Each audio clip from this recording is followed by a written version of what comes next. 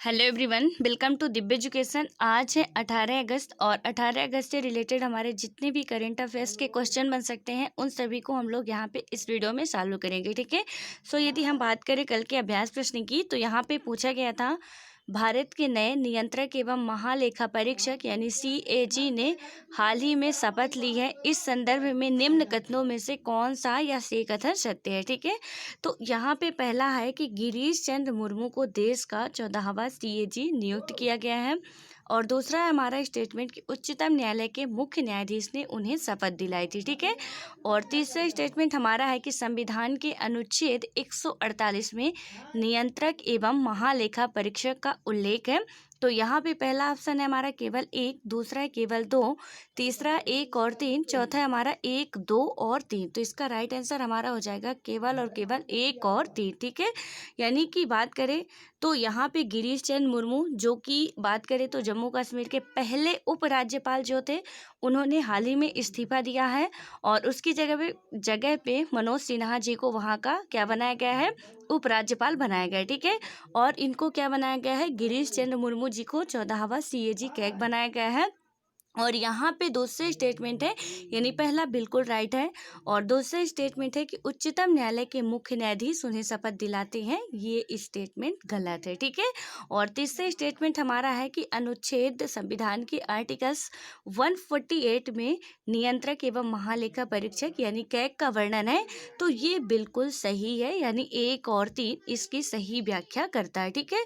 उसके बाद अब हम बात करते हैं यहाँ पे व्याख्या की, इसकी थोड़ा सा बात करें तो यहाँ पे क्या है कि CAG की नियुक्ति कौन करता है, राष्ट्रपति के द्वारा की जाती है और यह एक संवैधानिक पद है। ठीक है। ये मैं कई बार आपको बता चुकी हूँ, तो यह याद रखना है कि यह एक संवैधानिक पद है।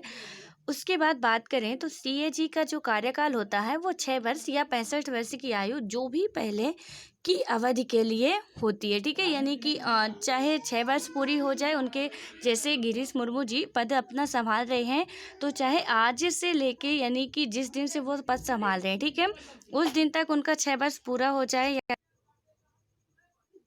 या कि यहाँ पे यदि वो सपोज यहाँ पे उन्होंने गिरीश मुर्मू जी ने पद संभाला और या की बात करें 61 वर्ष के, ठीक है, और 65 वर्ष 5-6 वर्ष पूरा होने से पहले ही उनका 65 वर्ष पूरा हो जाता है, तो उनको अपने पद से इस्तीफा देना होगा।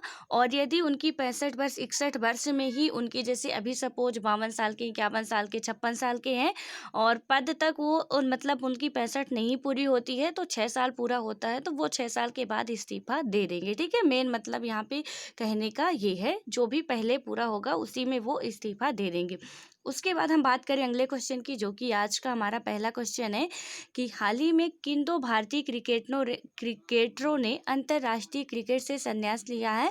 तो यहाँ पे पहला महेंद्र सिंह धोनी एवं सुरेश रैना ने, दूसरा है महेंद्र सिंह धोनी एवं विराट कोहली ने, तीसरा युवराज सिंह एवं रविंद्र जडेजा ने और चौथा है हमारा रोहित शर्मा एवं केदार जाधव ने।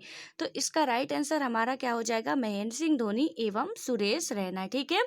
तो यहाँ पे इसकी व्याख्या की यदि हम बात करें तो इसमें बताया जा रहा है कि महेंद्र सिंह धोनी और सुरेश रैना ने अंतर्राष्ट्रीय क्रिकेट से संन्यास ले लिया है। धोनी ने अपनी कप्तानी में भारत को क्रिकेट में साल 2011 में फिर से विश्व कप भी मतलब कि विश्व विजेता भी बनाया था। उसके बाद बात करें तो इसके अतिरिक्त साल 2007 में धोनी की कप्तानी में ही टीम इंडिया ने T20 विश्व कप अपने नाम किया था। धोनी ने साल 2004 में बांग्लादेश के खिलाफ अपने क्रिकेट कैरियर की शुरुआत की थी। ठीक है। तो यहाँ पे धोनी से रिलेटेड जो इम्पोर्टेंट फैक्ट है वो बेहद इम्पोर्टेंट है और ये सारे फैक्ट हमें आने चाहिए। सन इसका और T20 है या वर्ल्ड कप है या कि और क्या है वो भी आना चाहिए। उसके बाद सबसे पहला उन्होंने मैच कब खेला, कहाँ खेला, किसके खिलाफ खेला, ये भी क्वेश्चन अब काफ़ी हमारे लिए इम्पोर्टेंट हो जाएगा क्योंकि अभी वो काफ़ी चर्चित है। ठीक है। तो धोनी ने जो उस साल 2004 में बांग्लादेश के खिलाफ क्या किया था, अपने क्रिकेट कैरियर की शुरुआत की थी। सुरेश रैना ने अपने 16 साल के कैरियर में भारत के लिए 18 टेस्ट, 226 वनडे और 78 T20 अंतर्राष्ट्रीय मुकाबले खेले। उन्होंने इस बीच अंतर्राष्ट्रीय क्रिकेट में 7,000 से ज़्यादा रन बनाए हैं। ठीक है, यानी धोनी और सुरेश रैना दोनों ही क्या किए हैं, इंटरनेशनल क्रिकेट से अपना संन्यास ले लिए। ठीक है, उसके बाद हम बात करते हैं अगले क्वेश्चन की। तो यहाँ पे हमारा अगला क्वेश्चन है, यूपी सरकार में किस कैबिनेट मंत्री एवं पूर्व क्रिकेटर को मतलब का कोरोना के कारण निधन हो गया है। तो इसमें पहला है सुनील जोशी, दूसरा है चेतन चौहान और तीसरा है आविष्कार साल्वी और हमारा चौथा है अरुण लाल। ठीक है, तो इसका राइट आंसर हमारा क्या हो जाएगा, चेतन चौहान। उसके बाद इसकी व्याख्या की बात करें तो यहाँ पे बताया जा रहा है कि चेतन चौहान भारत के ओपनर बल्लेबाज रहे थे। चेतन चौहान ने टीम इंडिया के लिए 1969 से 1978 के बीच 40 टेस्ट खेले थे। इनमें उन्होंने 31.54 की औसत से 2084 रन बनाए। उनका बेस्ट स्कोर 97 रन रहा है। ठीक है, चेतन चौहान का जन्म 21 जुलाई 1947 को हुआ था और उन्होंने भारतीय जनता पार्टी यानी कि भाजपा के लिए भाजपा के टिकट से साल 1991 में अमरोहा में चुनाव लड़े और वे वहाँ से सांसद चुने गए थे। ठीक है, उसके बाद अब हम बात करें अगले क्वेश्चन की। तो यहाँ पे हमारा नेक्स्ट क्वेश्चन है, भारतीय प्रतिभूति एवं विनिमय बोर्ड यानी कि सेबी ने म्यूचुअल फंड नियमों के उल्लंघन के लिए सार्वजनिक क्षेत्र के कितने वित्तीय संस्थानों पर 10-10 लाख रुपए का जुर्माना लगाया है। तो यहाँ पे पहला हमारा 10, दूसरा है 5, तीसरा है 3 और चौथा है हमारा 4। तो इसका राइट आंसर हमारा हो जाएगा 3। ठीक है, उसके बाद यहाँ पे इसकी व्याख्या की बात करते हैं। तो इसमें बताया जा रहा है कि सेबी ने क्या किया कि जिन संस्थानों पर जुर्माना लगाया है उनमें से भारतीय स्टेट बैंक और यानी कि एसबीआई, भारतीय जीवन बीमा निगम यानी कि एलआईसी तथा बैंक ऑफ बड़ौदा यानी कि बीओबी शामिल हैं। सेबी ने अपनी जांच में पाया कि एसबीआई, एलआईसी और बीओबी क्रमशः एसबीआई म्यूचुअल फंड यानी कि SBI mutual fund, LIC mutual fund और बड़ौदा म्यूचुअल फंड के प्रयोजक हैं। इनके पास इन म्यूचुअल फंड में 10-10% से अधिक की हिस्सेदारी है। ठीक है, तो कौन कौन से बैंकों के में जुर्माना लगाया गया है और कितने वर्षों के लिए, ये सब आपको याद रखना। उसके बाद हम बात करें अगले क्वेश्चन की। तो यहाँ पे नेक्स्ट क्वेश्चन हमारा, केंद्रीय मंत्री स्मृति ईरानी ने हाल ही में उत्कर्ष आंगनबाड़ी केंद्रों के तौर पर विकसित किए गए 151 आंगनबाड़ी केंद्रों के लिए वीडियो कॉन्फ्रेंस के जरिए किस ऐप का उद्घाटन किया है। तो यहाँ पे पहला है उत्कर्ष ऐप, दूसरा है स्नेह ऐप, तीसरा है हमारा मोती ऐप और चौथा है हमारा सखी ऐप। तो इसका राइट आंसर हमारा क्या हो जाएगा, सखी ऐप हो जाएगा। ठीक है, उसके बाद हम बात करें इसकी व्याख्या की।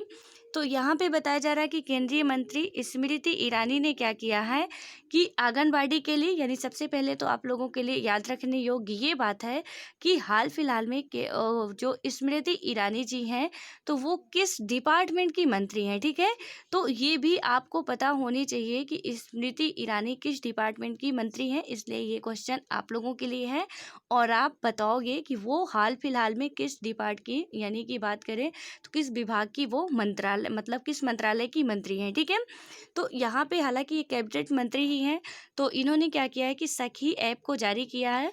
उन्होंने कहा कि जिला प्रशासन द्वारा आंगनबाड़ी केंद्रों को उत्कर्ष आंगनबाड़ी केंद्र बनाने के लिए किया गया प्रयास सराहनीय है। आगामी 1 वर्ष में 500 और आंगनबाड़ी केंद्रों को उत्कर्ष आंगनबाड़ी केंद्र के रूप में विकसित किया जाए। इससे क्या हुआ है कि सखी एप्लीकेशन के जरिए वह सभी उत्कर्ष आंगनबाड़ी केंद्रों को अवश्य निर्देश देंगे। इसके अलावा आंगनबाड़ी में रहने वाले बच्चों के ऑनलाइन शिक्षण का कार्य भी इस एप्लीकेशन के जरिए होगा। ठीक है, उसके बाद बात करें अगले क्वेश्चन की। तो यहाँ पे हमारा नेक्स्ट क्वेश्चन है, हरियाणा के मुख्यमंत्री मनोहर लाल खट्टर ने राज्य में धर्मार्थ शिक्षण संस्थानों और अस्पतालों को संपत्ति कर पर कितने प्रतिशत छूट देने की घोषणा की है। तो यहाँ पे हमारा पहला है 50%, दूसरा है 100% और तीसरा है 70%, चौथा है हमारा 60%। ठीक है, तो इसका राइट आंसर हमारा हो जाएगा 100%। उसके बाद हम बात करें व्याख्या की। तो इसमें बताया जा रहा है कि हरियाणा के मुख्यमंत्री मनोहर लाल खट्टर ने स्वतंत्रता दिवस के पूर्व संध्या पर राज्य में धर्मार्थ शिक्षण संस्थानों और अस्पतालों को संपत्ति कर पर 100% छूट देने की बात की है। ठीक है, यानी कि घोषणा की है। मुख्यमंत्री मनोहर लाल खट्टर ने हाल ही में सभी धार्मिक स्थलों के लिए अप्रैल जून के बिजली बिलों पर सरचार्ज समेत अन्य छूट देने की भी घोषणा की है। साथ ही क्या किया गया है कि नगर निकायों के तहत आने वाले लाल डोरा गांव में स्थित रिहायशी संपत्तियों के लिए संपत्ति कर में एक बारगी 50% छूट देने का भी ऐलान किया है। ठीक है, उसके बाद आता है हमारा अगला क्वेश्चन। हाल निम्न में से किस भारतीय क्रिकेटर को ई बाइक गो का ब्रांड एम्बेसडर नियुक्त किया गया है? तो इसमें पहला है हमारा हरभजन सिंह, दूसरा है हमारा महेंद्र सिंह धोनी और तीसरा है रोहित शर्मा, चौथे हैं सुरेश रैना। तो इसका राइट आंसर क्या हो जाएगा? हमारा हरभजन सिंह। ठीक है, उसके बाद हम बात करें इसकी व्याख्या की, तो यहाँ पे क्या बताया गया कि ई वाहन यानी कि startup company E why go ने भारतीय क्रिकेटर हरभजन सिंह को अपना ब्रांड एम्बेसडर बनाया है। बयान के मुताबिक हरभजन सिंह को ब्रांड एम्बेसडर बनाने के साथ कंपनी का लक्ष्य ज़्यादा से ज़्यादा लोगों तक पहुंच बनाना है। ठीक है, उन्हें ई वाहन अपनाने के लिए प्रेरित करना भी है। कंपनी अभी मुंबई, बेंगलुरु, दिल्ली, अमृतसर, जयपुर और हैदराबाद में अपना परिचालन करती है।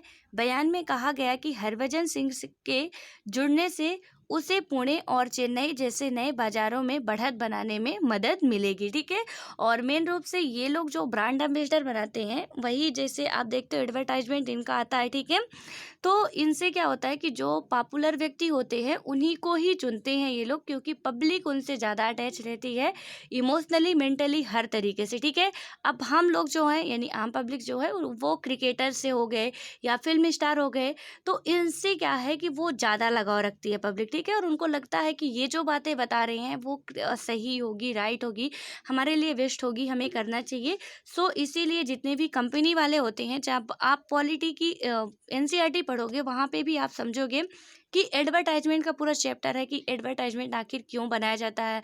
इसमें से ये ब्रांड एम्बेसडर यानी कि इनको एडवर्टाइजमेंट देने के लिए बनाया जाता है। ठीक है, वहाँ पे करने के लिए कि वो इसका थोड़ा बहुत हमारा प्रचार करें कि ये चीज़ ऐसा हमारा प्रोडक्ट बेहतर है, आपको भी इस्तेमाल करना चाहिए। सो पब्लिक वहाँ से क्या होती है, आकर्षित होती है उनको देख के कि हरभजन सिंह यूज कर रहे हैं, सो हमको यूज करना चाहिए। ठीक है, इसलिए ये लोग ऐसा करते हैं।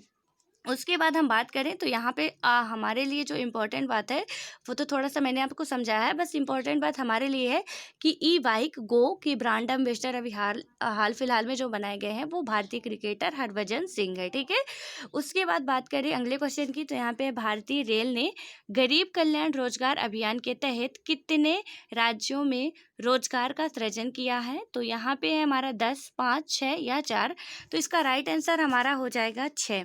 उसके बाद बात करें इसकी व्याख्या की, तो बताया जा रहा है कि भारतीय रेलवे ने कहा कि उसने गरीब कल्याण रोजगार अभियान के तहत 6 राज्यों में 5 लाख से ज़्यादा मानव विकास रोजगार सृजित किए हैं।